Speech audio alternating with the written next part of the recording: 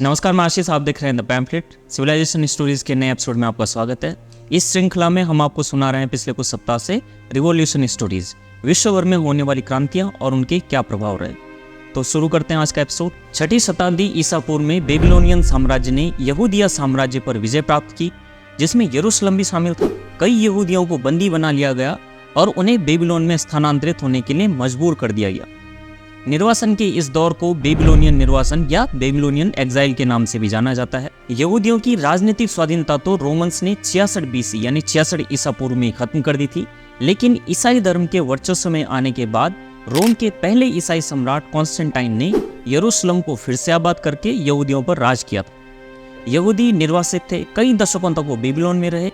विदेशी भूमि में होने के बावजूद उन्होंने अपने समुदाय को बनाए रखा, अपनी धार्मिक प्रथाओं को उन्होंने सुरक्षित रखा और यहूदियों के रूप में अपनी पहचान बनाए रखी। उन्होंने पूरी कोशिश की कि जो उनकी धार्मिक पहचान थी, जुडाइज्म, यहूदी जो उनका धर्म था, वो अक्षुण्ण रहे। उन्होंने अपनी आस्था यानी अपने धर्म को छोड़ा नहीं और अपने विश्वास को बनाए रखा। हम जब खबरों में देख रहे हैं कि फ्रांस जल रहा है, आप हैशटैग्स भी देख रहे होंगे कि France has fallen, France is burning. उससे कुछ सप्ताह पहले ही हमने इसी सिविलाइजेशन स्टोरीज के जरिए एक वीडियो में आपको बताया था कि पुस्तकालय जलाने वाले लोग कौन थे, दुनिया को लाइब्रेरी जलानी किसने सिखाई और वो ऐसा क्यों करते थे। आप इसे हमारे चैनल पर देख सकते हैं, हमारी प्लेलिस्ट में, हमारे यूट्यूब चैनल पर भी, और हैशटैग सिविलाइजेशन स्टोरीज के जरिए आप ट्विटर पर हम तक पहुंच सकते हैं। आज हम बात करेंगे कि दुनिया को मोहब्बत बांटने के नाम पर मार काट करना सिखाने वाले कौन लोग थे। सबसे पहले आप चैनल को सब्सक्राइब कर लीजिए। चलते हैं आज की वीडियो की तरफ।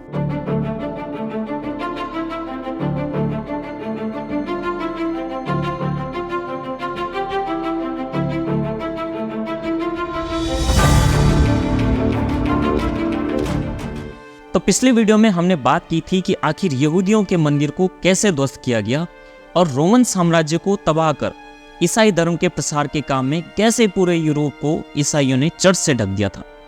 इसके बाद आखिरकार बेबीलोन साम्राज्य जब पर्शियंस यानी जो फारसी जिनको हम कहते हैं, फारसियों के हाथ में जब वो आया, तब यहूदियों को अपनी मातृभूमि लौटने का उनको परमिशन मिली थी। फारसी राजा ने बेबीलोनियन निर्वासन को खत्म करके यरूशलेम में यहूदियों के मंदिर को फिर से बनाने के निर्देश दे दिए थे। वो वहां की नदी के किनारे अपनी मातृभूमि जियोन को याद करते और उसके गीत गाते थे। जैसे एक गीत आपने सुना ही होगा जो कि कुछ ऐसा है, by the reverse of Babylon there we set down, here we wept when we remember Xeon. इस पूरे घटनाक्रम के दौरान, इस सब के बीच, जब ईसाई धर्म अपने ठीक ठाक जगह यूरोप में बना चुका था, उस वक्त ईसाई जब अपने धर्म का विस्तार कर रहे थे तो उनका नारा सिर्फ और सिर्फ समाज में मोहब्बत बांटने का होता था। वो कहते थे कि Jesus Christ showed us how to love others, यानी जीसस ने, जो ईसा मसीह जिनको हम कहते हैं, जीसस ने हमें बताया कि लोगों से कैसे मोहब्बत की जाए। आपने ये संगीत भी सुने होंगे टेक्स्ट बुक्स में स्टूडेंट्स की, love one another as Jesus loves you, try to show kindness in all that you do, B gentle and loving in deed and in thought, for these are the things Jesus taught. लेकिन सवाल ये था कि जिनकी जुबान पर Jesus के नाम पर मोहब्बत बांटने वाले गीत थे, उन्होंने क्रूसेड का रास्ता क्यों चुना? लोगों को नफरत छोड़ करके प्यार बांटने के गीत गाने वालों ने पूरे यूरोप में तबाही क्यों मचाई, और वो भी दूसरे धर्म वालों का नरसंहार करके। इसी प्रक्रिया को हम जानते हैं क्रूसेड के नाम से, द क्रूसेड, यानी ईसाइयों द्वारा लड़ा गया धर्म युद्ध। ये सामान्य भाषा में अगर कहें तो अल जिहाद। आज आप होली वॉर जैसे शब्द जो सुनते हैं, वही कहीं ना कहीं क्रूसेड, और इसके मूल में है सिर्फ और सिर्फ विस्तारवाद। क्रूसेड यानी क्रूस युद्ध, यानी ख्रिस्त धर्म की रक्षा के लिए लड़ा जाने वाला युद्ध। ख्रिस्त धर्म यानी ईसाई धर्म, क्रिश्चियन धर्म के लिए लड़ा गया युद्ध, क्रूसेड।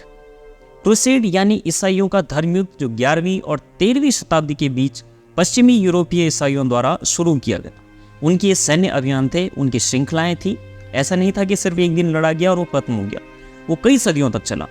धर्म युद्ध सबसे बड़े कारण इसके पीछे ये हुआ करता था कि ईसाई धर्म को भौगोलिक एरिया में फैलाना, और फिर ईसाई पवित्र स्थलों, विशेष रूप से जो यरूशलेम था, जो 7वीं शताब्दी से ही मुस्लिम नियंत्रण में आ गया था, उसे फिर से हासिल करना।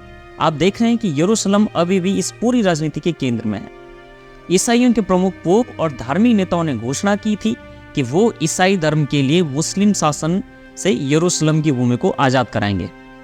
दूसरी भाषा में कहें तो यूरोप के ईसाइयों ने फिलिस्तीन और उसकी राजधानी यरूशलेम में स्थित ईसाई की जो समाधि थी, जो गिरजाघर था, उसको मुसलमानों से छीनने और उस पर अपना अधिकार प्राप्त करने के लिए जो युद्ध किए उसे ही ईसाई धर्म युद्ध या क्रूसेड कहा जाता है। अब कुछ लोग कहते हैं कि महाभारत भी तो धर्म युद्ध था, तो उसमें और ईसाइयों के क्रूसेड में सबसे बड़ा फर्क ये था कि महाभारत काल में जो युद्ध लड़ा गया था वो किसी धर्म या संप्रदाय के लिए नहीं लड़ा गया था, बल्कि सत्य और न्याय की समाज में स्थापना के लिए लड़ा गया था।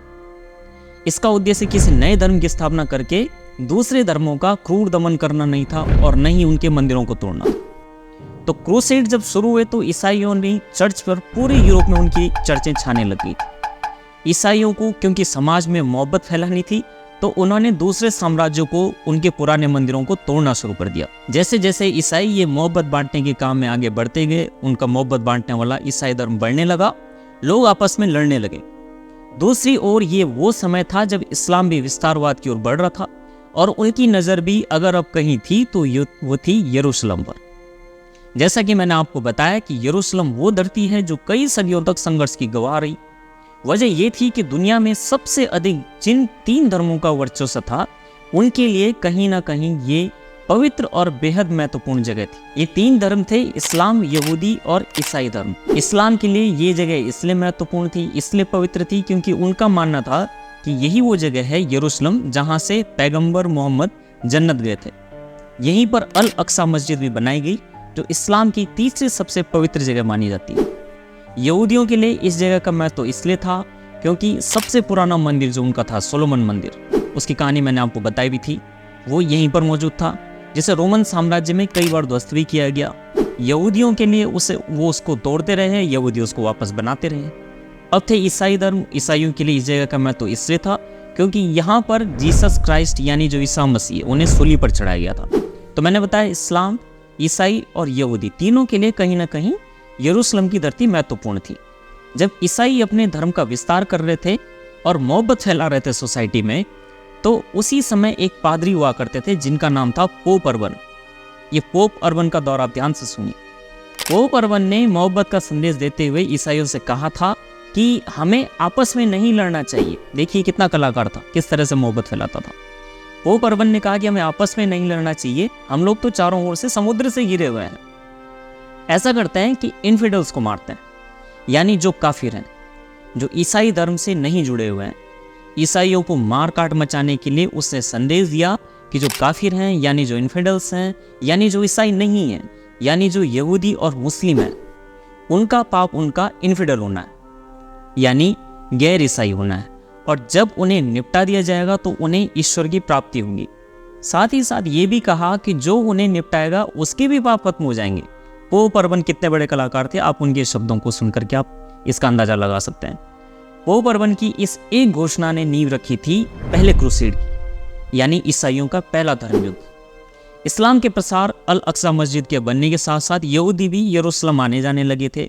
यरूशलेम 640 ईस्वी के दशक में मुस्लिमों के नियंत्रण में आ गया था, जिसके बाद यरूशलेम एक मुस्लिम शहर बन चुका था, जबकि यहूदी लोग इसे अपने मंदिर होने का दावा करते रहते हैं। डोम ऑफ द रॉक इसे यहूदी धर्म भी सबसे पवित्र स्थल का दर्जा देता है इसी नाम से। क्रूसेड में ईसाई और मुसलमान आपस में सदियों तक लड़ते रहे। उसी लड़ाई में मुस्लिमों ने यरूशलेम को जीत भी लिया था। जीतने के बाद उन्होंने मस्जिद की देखभाल के लिए एक ट्रस्ट भी बनाया जिसे आप वक्फ के नाम से जानते हैं। 702 ईस्वी में मुस्लिमों ने मस्जिद अल अक्सा का निर्माण कराया और तभी से लेकर के अब तक यहूदी इस मस्जिद अल अक्सा की पश्चिमी दीवार को पूजते हैं, जिसे वो 352 ईसा पूर्व में बनाए गए दूसरे मंदिर यानी यहूदी मंदिर जो था, जो सोलोमन मंदिर था, उसी के अवशेष इसको मानते हैं। तभी से मस्जिद अल अक्सा और यरूशलेम यहूदी और मुस्लिमों के लिए संघर्ष का मुद्दा भी बना हुआ है। जब विस्तारवादी ईसाई क्रूसेड के लिए निकले तो वो रास्ते में आने वाले उनको जितने भी यहूदी उनको मिले वो उनको मारते चले गए। जर्मनी में राइनलैंड एक जगह है जहां पर उन्होंने यहूदियों का भीषण नरसंहार किया था। उनका मानना था कि जीसस को मारने में यहूदियों का ही हाथ था। ये क्रूसेड इतना हिंसक था कि इसमें चलने वाले ईसाई जब निकले तो वो घोड़ों से थे, लेकिन यरूशलेम पहुंचते पहुंचते जब उनके सारे घोड़े मर गए तो वो यरूशलेम में गधों पर बैठ करके पहुंचे। इसके बाद वो यरूशलेम पर कब्जा करने वाले थे, लेकिन तब तक मुस्लिमों ने इस पर कब्जा स्थापित कर लिया था। ये दौर था मुस्लिम लीडर सलाउद्दीन का। जिसने यरूशलेम पर कब्जा करने आए ईसाइयों को बुरी तरह से पीटा। एक बार नहीं, बार बार पीटा। वो आते वो उनको पीट पीट करके वहां से भगा देता। उसने बताया कि मोहब्बत असल में कैसे फैलाई जाती है। What is Jerusalem worth? Nothing.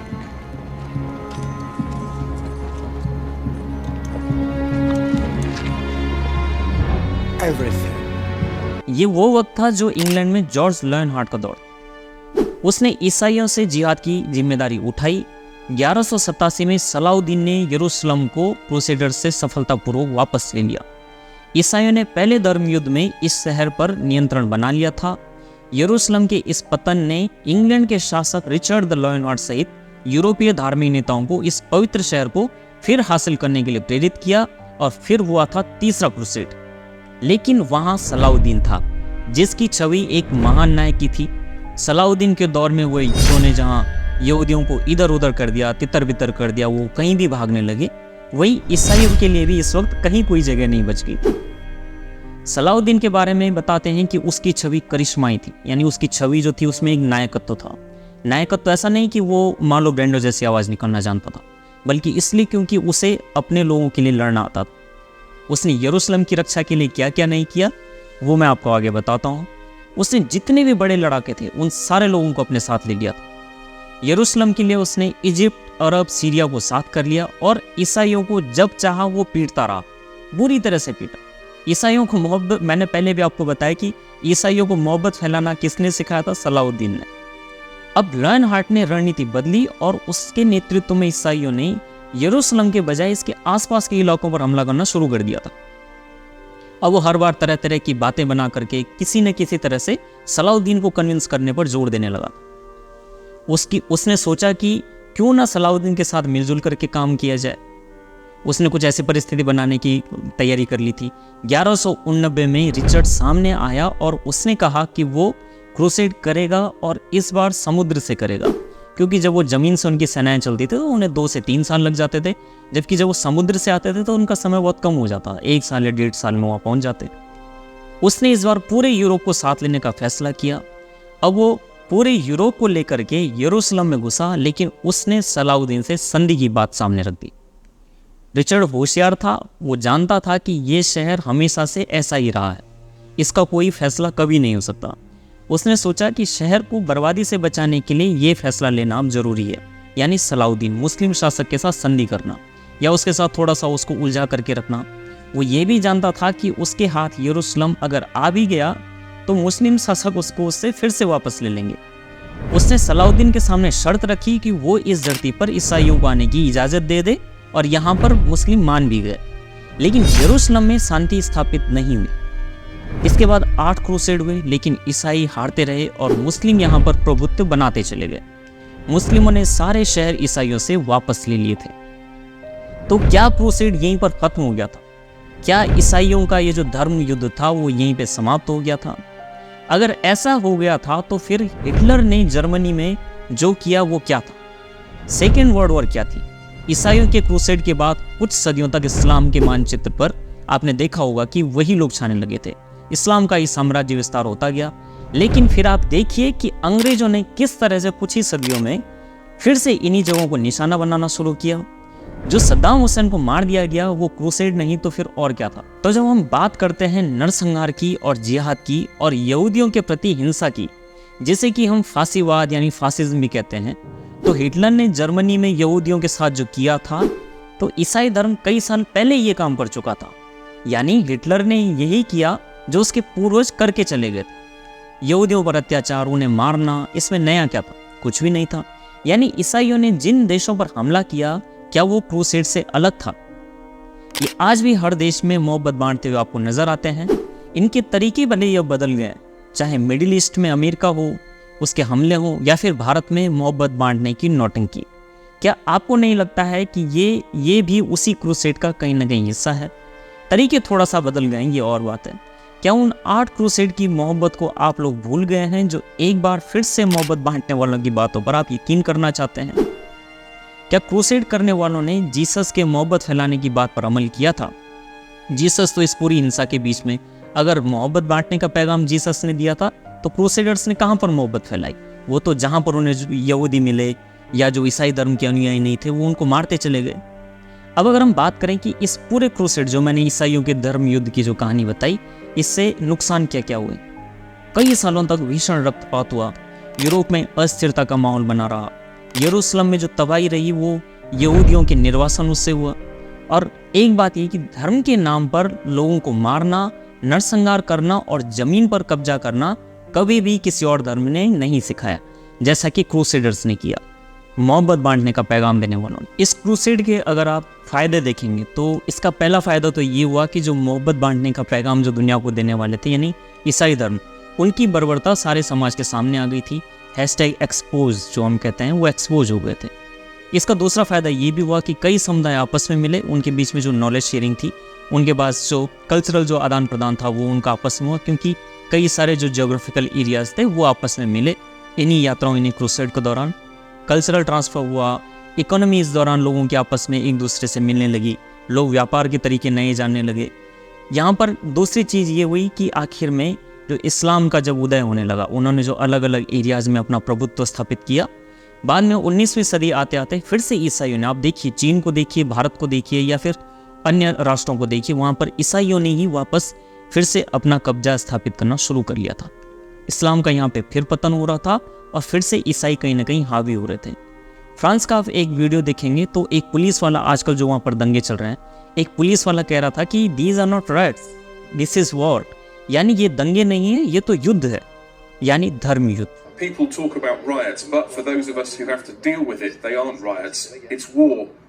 इसमें आखिर में अभी चाहे आपको कुछ भी लग रहा हो कि कौन दंगे फैला रहे हैं, कौन वहाँ पर डोमिनेट कर रहा है, कौन वहाँ पर प्रभावी हो रहा है, लेकिन कुछ दिनों में शायद आपको पता चलेगा कि वास्तव में जो वहाँ पर दंगाई है वो कहीं ना कहीं घाटे में ही रहने वाले हैं। अगर आपको ये समझ नहीं आ रहा है तो इस वीडियो को एक बार फिर से देखिए, इस वीडियो को शेयर भी करते रहिए और चैनल को सब्सक्राइब करिए।